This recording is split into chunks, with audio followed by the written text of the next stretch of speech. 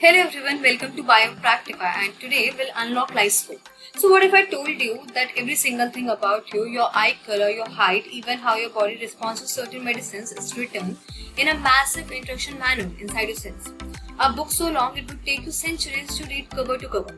Well, that book is your genome, and today we'll live in a time where we can actually read it word by word thanks to genome sequencing. In this video, we are going to break down what genomics really means, how genome sequencing works, the technologies behind it, and how it's transforming our world, and also the big challenges it raises. And by the end, you'll see why genomics is called the language of life. So first, let's clear up the word genomics. Genetics and genomics often get mixed up. Genetics usually looks at one single gene and its role. For example, a gene that causes color blindness. Genomics, on the other hand, looks at all the genetic material of an organism, the entire book.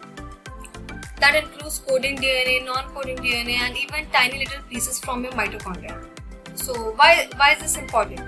Because when we look at the whole picture, we start uncovering deep insights, like understanding how diseases develop, tracing evolutionary relationships, and even figuring out how bacteria develop resistance to antibiotics.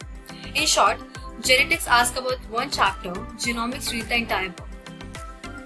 Okay, so now genomics is the big picture, but how do we actually read the book? That's where genome sequencing comes in.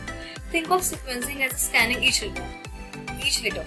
Adenine, thymine, cytosine, and guanine are the four nucleotides that make up DNA. By putting those letters in the right order, scientists can read life's instructions. Projects like Human Genome Project were game changers. It took 13 years, cost nearly $3 billion, and finally gave us the first full human genome. Fast forward to today, we can do the same thing in less than a day for under $1,000. And just to bring this home, when COVID-19 appeared, scientists sequenced the virus genomes within weeks. That's how they were able to develop testing kits and later vaccines very quickly. Without sequencing, fighting the pandemic would have been like trying to fix a car engine blindfolded. So what actually happens in the lab when genomes are sequenced? Let's run through the steps.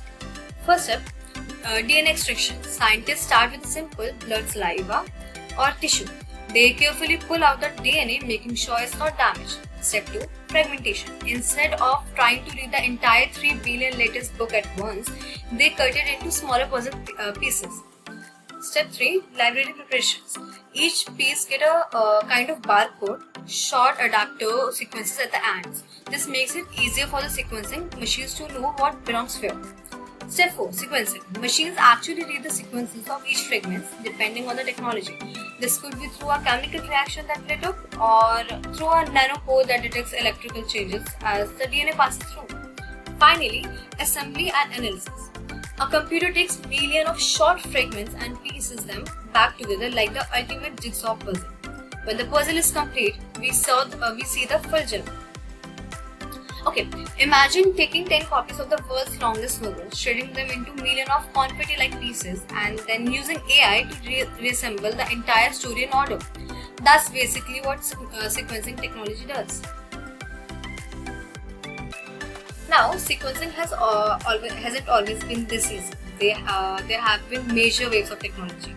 The three measures are: first generation was called Sanger sequencing, reliable, accurate but slow. It was a dial-up internet in the 90s. Second generation or next generation sequencing showed up in the mid-2000s. This was like switching to broadband internet. Suddenly, millions of DNA pieces could be read at the same time, massively lowering cost.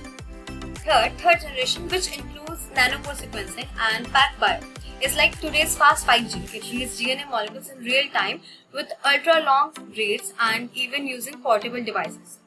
Yes, you can literally do genome sequencing on a handheld device the size of USB stick.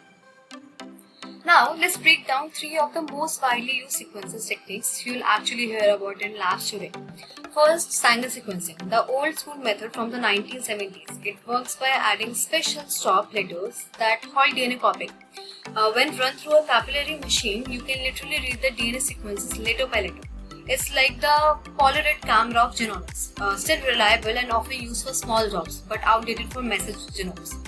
Second, Illumina sequencing, the workhorse of modern genomics. It uses a sequencing by synthesis method with fluorescent tags. Think of a high-speed scanner capturing millions of little colored flashes and then turning them into letters A, T, C, and G. Huge throughput and relatively cheap. Third, nanopore sequencing, the newest kid on the block. Imagine threading a string of the DNA through a tiny pore in a membrane. As each passes through, it changes the electric current in a unique way, kind of like a turnstile beeping differently depending on who walks through. The best part, nanopore machines can fit in the palm of your hand, making sequencing portable in real time. You could literally sequence DNA on a laptop in the middle of a jungle. But remember, sequencing spits out millions of DNA fragments, not a neatly bound book. So the next big step is genome assembly. Computers overlap the short threads, stitching them together like a giant jigsaw puzzle. There are two approaches. Reference-based assembly. This is like solving a puzzle when you already have a picture on the box. Scientists align new reads against an existing genome of a closely related species. Second, de novo assembly. Here there's no reference pictures. You build the puzzle from scratch just by finding overlaps between pieces. This is harder but necessary for brand new species. When assembled, the genome is annotated, meaning scientists mark the important parts. Protein coding, genes, regulatory elements, and repetitive sequences. Annotation is like highlighting and labeling chapters in the instruction manual so you know what each one does. So, why does all of this matter? What's the real world impact? Let me give you a few powerful examples. Medicine. Genomics is the backbone of personalized medicine. Let's say two patients are given the same drug. One gets better, the other has severe side effects. Sequencing can reveal why. Maybe a mutation in a gene affects how their liver processes the drug. Doctors can then tailor treatment to the individual. Second, cancer. Every tumor has its own mutations. By sequencing the cancer genome, doctors can target therapies very specifically. Third, agriculture. Crops can be sequenced to identify genes for a higher yield or resistance to drought, pests, or diseases. That means more resilient food for a growing population. Last, microbes and pandemics. Sequencing microbes allows us to track outbreaks, watch pathogens evolve, and find out if they are resistant to drugs. COVID-19 was a perfect example of this in action. In short, genomics isn't just science in the lab, it's already saving lives and feeding the world. So now let's zoom on one case, the Human Genome Project, completed in 2003. This was a worldwide collaboration involving thousands of scientists. It gave us the first blueprint of the human body at the DNA level. Back then, people wondered, is it worth the billions of dollars? Today we know it was. From better diagnostics to drug discovery to understanding human evolution, the project laid the foundation for modern genomics. Without it, personalized medicine wouldn't exist. But of course, not everything is perfect. There are some still big challenges. First, the DNA problem. One human genome can take up 200 gigabytes. Imagine a full hospital worth of patients. That's petabytes of genetic data. Second, errors. Repetitive DNA regions make assembly tricky and sometimes mistakes slip through. And third, ethics. Your genome is unique to you. It's like your fingerprint, but far more revealing. It can tell not just about diseases you have, but diseases you might get. Who should have access to this info? Doctors, insurance companies, or governments? These are questions society hasn't fully answered yet. So to wrap up, genomics and genome sequencing are helping us read the ultimate instructions manual of life. From undertaking diseases to improving crops, from tracking pandemics to tailoring medicines, the science is reshaping our future.